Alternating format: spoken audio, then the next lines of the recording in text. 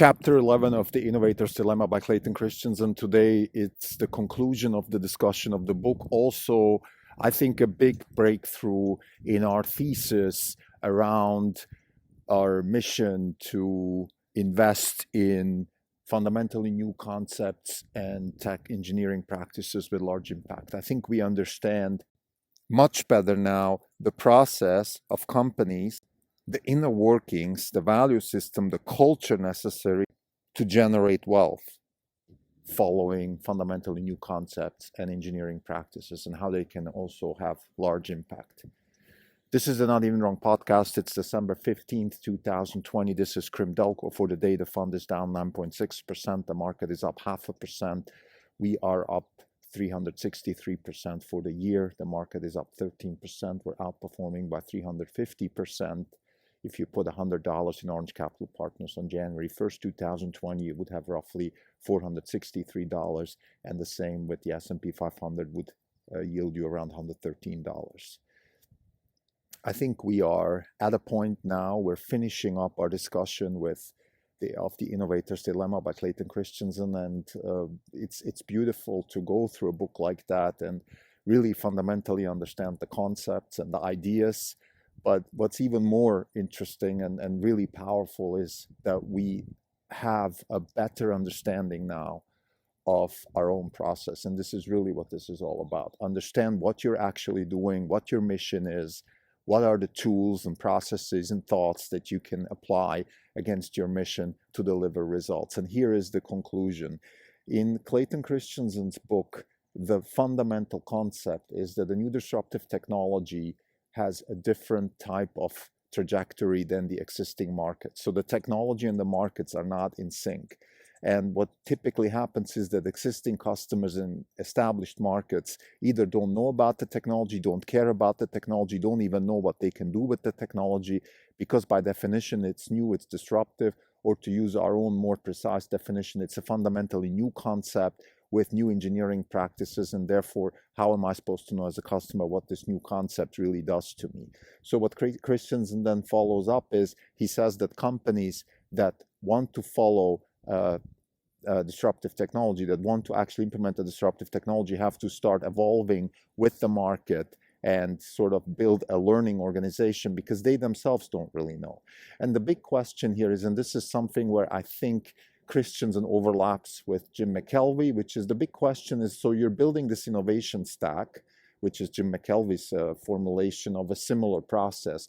And how do you actually know what to do? McKelvey says that you are forced to innovate. Innovation is not a choice, it's a necessity. And that makes a lot of sense. But the big question is, so how do you know what to do? Or to use in a little bit more epistemological ways to say, what is the moral here? The question, what next? How do you build a value network? Now I'm using Christensen's words again, a value network, a culture, which is just another way to say a culture of a company is sort of a predefined set of ideas and values and answers for all the employees. Well, what to do next? How do you actually answer that question? And Christensen in his book says, well, it's kind of a trial and error process, trial and error process. And I would say that the conclusion from this chapter, from this whole book, is that it's not just a trial and error process, that there is actually a North Star. And here's why. We believe that Tesla is driving three vectors. From day one, has been driving three vectors. Number one, convenience. Number two, price. And number three, cash flow. So the technology, the disruption, the innovation, the fundamentally new concepts and engineering practices, all of these things are slaves to the three vectors: convenience, price, and cash flow. This is the underlying physics of Tesla. And if you ask me, any other company, because this is exactly how Amazon was built. If you look at the letters that Bezos wrote to his investors starting in the late 90s when the company went public, it is about selection, price, and cash flow. Selection, price, and cash flow. Bezos jokingly asked, have you ever seen a customer that wants less selection, higher price, and have you ever seen a company that doesn't want cash flow? The same applies to Tesla. Tesla is driving convenience for the user. The car, the software, the AI, the the everything around the car, everything around Tesla is about convenience. Buying the car through the online app is much more convenient. When I say convenience, I mean less headache, more joy, more fun, sort of a relationship with the product that is positive, but also convenience in a literal, physical, biological way. It's less tiring to drive the car because a lot of what the car does is taken over by AI. And this is, of course, one of the biggest conversations in Silicon Valley ever since machine learning has taken off. What really is machine learning on a commercial scale? Machine learning is about convenience. It's taking over mundane jobs. This is what Andrew Ng said many, many years ago. This is what anybody in Silicon Valley would say, at least after a few beers, that the actual progress of machine learning and AI, the way we know it, the way we're using it right now, it's not about any kind of artificial general intelligence. It's not about the superpower that will take over the world and none of that stuff. It is simply the ability to take over mundane jobs. So what is Tesla doing? Taking over mundane jobs, lane keeping and self-driving, etc. This is exactly what we're talking about. Convenience. Maybe tomorrow I can go for a walk on Ocean Beach in San Francisco and summon my car to come pick me up. That is convenience. Okay, convenience is one of the key vectors, and the underlying technology, and this is now the relationship between Elon Musk and Clayton Christensen. Clayton Christensen says that if I have a fundamentally new concept and engineering practice, I don't really know what kind of market I'm building, so I have to do try and error, and this is very difficult. I have to have an organization that can learn with the technology. I have to build a new market. How do I do that? It is very difficult. And Christensen is perfectly right. The answer is you build a North Star that is static.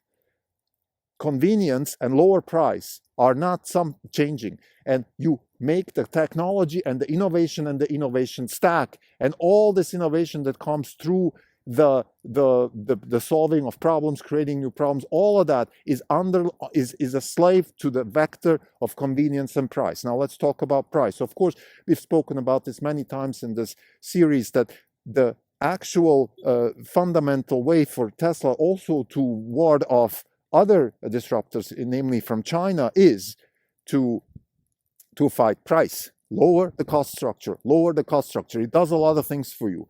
It allows you to sell more products. It gets economies of scale. It makes you more flexible to drive convenience. If you have a lower price, you can invest more in AI. If my car is $5,000 cheaper because of the hardware and the technology that is within the manufacturing or the capital investment that is used to build the car, if all these things are going down, then my ability to do more as a customer, to actually to experience the car, to maybe buy a little bit more AI, to get it even more convenience, goes up. So lowering the price is paramount. Have you ever seen somebody who says, I want to pay more for this car? Have you ever seen somebody who says, I want less convenience? So it's this particular, these two vectors are key, and they are the North Stars for which all this innovation, everything that Tesla does, is driven by increasing convenience and lowering the price. And then a third is the cash flow. And the cash flow is, first of all, to some extent, a function of these two, because the more cars you sell, the higher your chances of cash flow. But I think also more importantly, it is, again, cash flow means that you have the ability to reinvest money into this process of lowering the price and increasing convenience. So there is a virtuous circle here. There is a power law where you can keep growing and reinvesting your money, which is something that Wall Street is very fond of. So to summarize, the big insight from the innovator's dilemma, as far as our daily business is concerned, as far as our mission is concerned, our mission is to generate wealth by investing in fundamentally new concepts and engineering practices with large impact.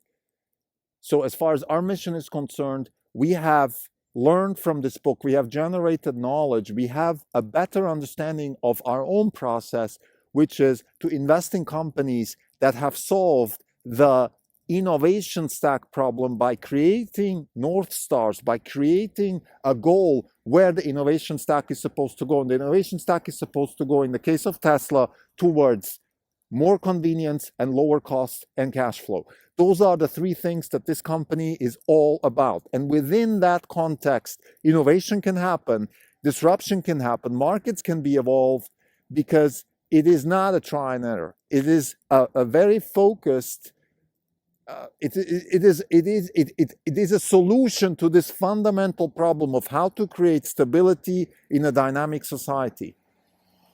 How to have a dynamic company which is continuously changing, which is changing its values, which is changing its culture, but then still keep stable. Because you don't want to have like a 5-year-old, which is beautiful in developing new ideas, but then there is no agency there. You don't know what the hell is going on. This is not how Tesla is. We know exactly what's going on, and Elon Musk has written his mission statement and his master plans, because maybe, I don't know if he knows this intuitively, or maybe it's just explicit. I have no idea how he's come up with it. But here's the thing. If you have a North Star, such as higher convenience, lower cost, and cash flow, and you have a disruptive technology underlying this, sort of the engine that is driving this, you have a chance to succeed and have a large impact. And this is what Tesla is. So therefore, Tesla has a much higher chance of success than we actually thought in the past, because it is very similar to Amazon. Amazon, like I said, the North Star there was higher selection, lower price, and cash flow. And then you're driving Moore's Law and the technology that the internet offered and all of these things to make Amazon where it is today. To finalize, another thing that I want to discuss here is actually what I just mentioned with Amazon. It's Moore's Law. So having said all of this, you could argue, well, you know, what is so magic about this? Anybody who sits in a garage in Silicon Valley can come up with a few vectors and then some sort of disruptive technology and drive something, of course. But here's the thing. Other than, of course, hiring the best talent and having a good management structure and all these other problems that come with building a large company, here's one thing that you need to have, and this is something that my partner Zovig always emphasizes, and I want to just bring it up here. You need to have something like Moore's Law or something really, really powerful that you can piggyback on. No matter how good you are, no matter how smart, no matter how whatever, unless you have a wave that you can surf on, unless you have something that you can piggyback on, of course, in a legal way, it is very difficult. Amazon did it with Moore's Law. So did Apple. All the big value creation in Silicon Valley was created through Moore's Law. You need something like that. And what Tesla has is actually 3 laws. They have Moore's Law. They have, I forgot, I think it's called Wright's Law. ARK Invest uses that, which is the law that you can lower costs by increasing manufacturing capacity. And if you do that at a large speed, then it's exponential. And you have the sun. So you have 3 massive vectors which drive your business outside of your own efforts. Again, Moore's Law, we all know what Moore's Law is. And because Tesla is investing so much in AI, and they've actually announced their own training software, hard chips, and all these things. I mean, we all know about what Tesla's doing with Moore's Law. They're actually investing heavily in directly driving Moore's Law into their cars to drive convenience. Number 2, like Wright's Law, which is they're obsessed with increasing manufacturing efficiency, and I think there is no question about it that in 5 to 10 years we will talk about the achievements of Tesla in manufacturing, maybe more than even in other areas. And third, it's the sun, the photons. In the end, what Tesla is decarbonizing energy using photons instead of fossil fuels. It's still not a much discussed topic with Tesla, but I think it's one of the most important factors. So we have 3 vectors which drive the value creation of Tesla. So within all of this context now that we discussed the 3 vectors that Tesla is driving towards: higher convenience, lower cost, and cash flow. We discussed the innovation stack at length within Tesla, building technologies and innovations around several vectors. Like Musk said, there's probably about 12 startups within Tesla building innovation stacks towards more convenience, less cost, and higher cash flow. And then third, we have these three vectors which are outside of Tesla's control, driving Tesla, the Moore's law, the Wright's law, and the sun. And those are powerful, powerful factors that all come together to drive value creation for Tesla. And this is the key. This is what really underlines our mission. Invest in fundamentally new concepts and engineering practices with large impact. What we need is a North Star towards which we can build an innovation stack, and we need driving factors outside of the control of the company which help, such as Moore's law, the sun, Wright's law, and other factors if possible. Now, the question, of course, is what other areas are interesting? We have about 35% of our portfolio in synthetic biology, genome editing, and cell engineering. Those are areas where we think the combination of Moore's law with biology will drive value, and we will discuss this in a further episode. Thank you.